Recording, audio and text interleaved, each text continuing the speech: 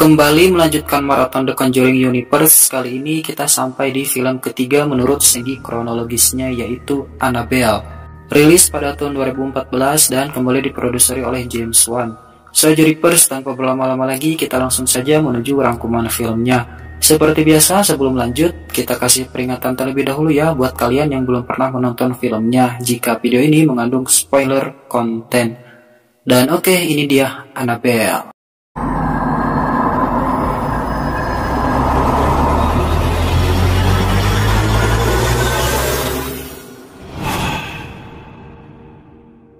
Setelah di film sebelumnya, kita melihat Janice yang diadopsi oleh keluarga Higgins dan kemudian beranjak dewasa. Kini dia tiba-tiba menghilang dan meninggalkan orang tua angkatnya. Di suatu rumah tinggal sepasang pasutri, yaitu Mia dan juga Pete, di mana Mia nampaknya tengah mengandung anak pertamanya. Di sana Pete, suaminya yang juga merupakan seorang dokter, memberikan Mia hadiah berupa sebuah boneka, dan boneka tersebut adalah boneka Annabelle. Di suatu malam di rumah keluarga Higgins, Janice alias Annabelle Higgins datang bersama pacar psikopatnya dan kemudian membunuh kedua orang tua angkatnya itu. Sementara itu, Mia yang juga merupakan tetangga mereka menyuruh Pete, suaminya, untuk mengecek rumah tetangganya itu setelah sebelumnya dia mendengar teriakan dari sana. Setelah dicek oleh Pete kemudian menyuruh Mia untuk segera menelpon ambulan dan juga polisi. Di rumah, Mia yang sedang menghubungi polisi, tiba-tiba didatangi oleh Janice yang tengah memegang boneka Annabelle. Mia yang ketakutan menyuruh Janice untuk segera pergi meninggalkannya, tapi kemudian pacar Janice datang dan menikamnya dengan pisau.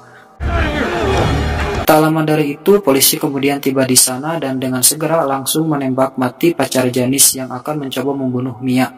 Sementara itu, Janice tiba-tiba masuk ke dalam sebuah kamar.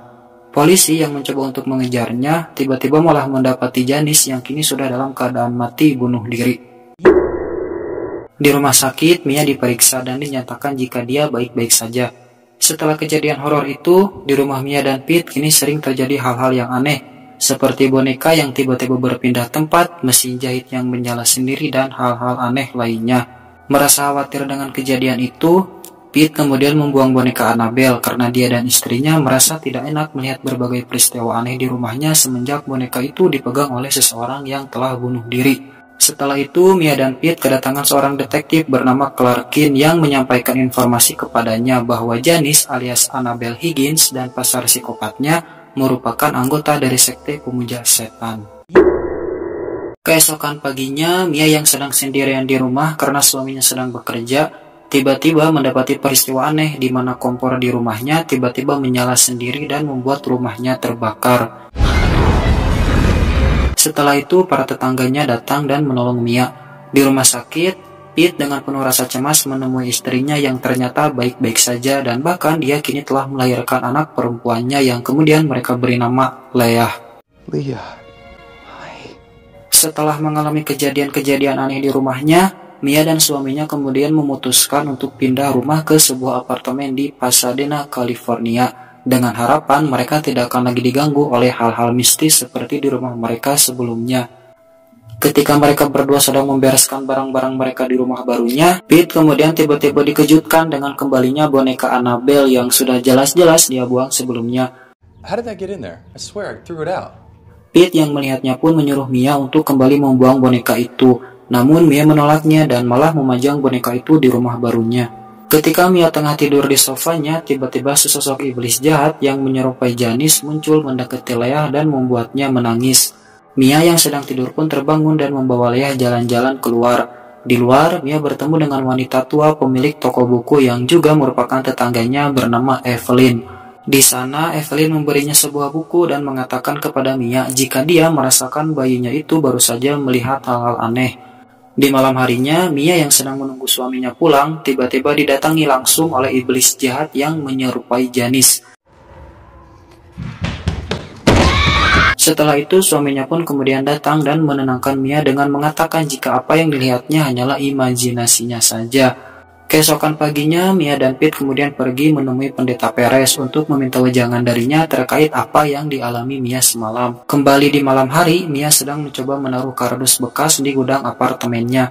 Ketika Mia sedang berada di gudang apartemen, dia tiba-tiba mendengar suara tangisan bayi dan juga melihat sebuah kursi roda bayi. Mia pun mencoba mengeceknya dan ketika dia cek, tiba-tiba sebuah tangan hitam memeganginya yang kemudian memberinya sebuah simbol setan di lengannya. Mia yang ketakutan pun mencoba melarikan diri ke kamarnya. Dalam perjalanannya melarikan diri, Mia akhirnya bertemu dengan sosok sang iblis jahat menyeramkan yang selama ini selalu menerornya. Dan setelah itu, Mia pun berhasil kembali ke kamarnya. Esokan paginya, Mia membuka perban dari luka yang diterimanya semalam.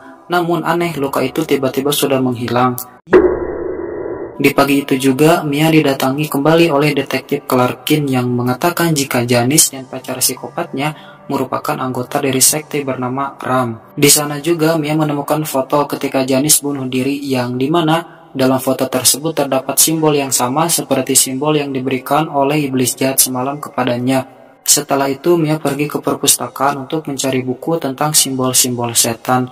Dan di sana dia bertemu dengan Evelyn yang ternyata dia selama ini curiga Mia sedang mengalami hal-hal aneh.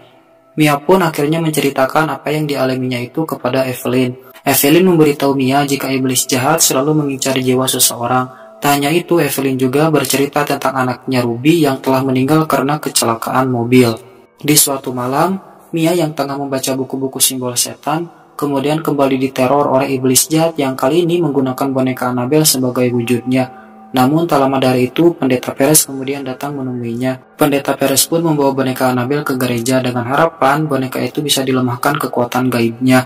Ketika Pendeta Perez akan memasuki gereja, dia tiba-tiba didatangi oleh iblis jahat yang menyerupai sosok Janice.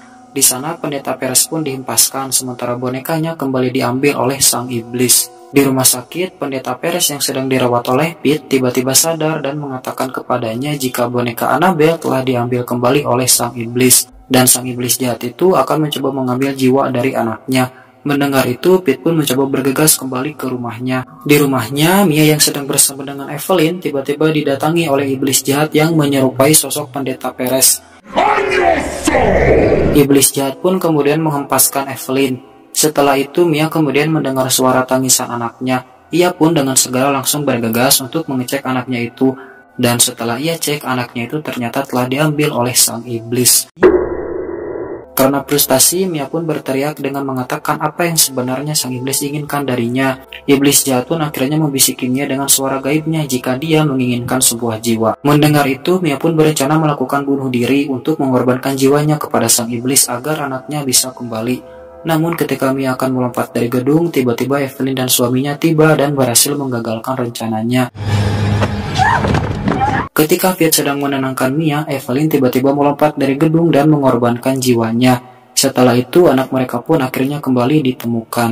Di akhir film, kita diperlihatkan dengan boneka Annabelle yang kini telah terpampang di sebuah toko barang antik. Setelah itu, seorang ibu-ibu datang dan kemudian membelinya.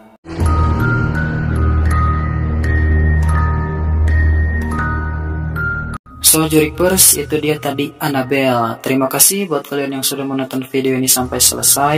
Jangan lupa untuk membantu channel ini berkembang dengan cara like, komen, dan juga subscribe. Karena dengan begitu, saya akan lebih bersemangat lagi dalam mengupload video-video horor berikutnya. So Juripers, sehat selalu, panjang umur, jangan lupa beribadah, dan see you next time di video-video horor kita selanjutnya. Dadah!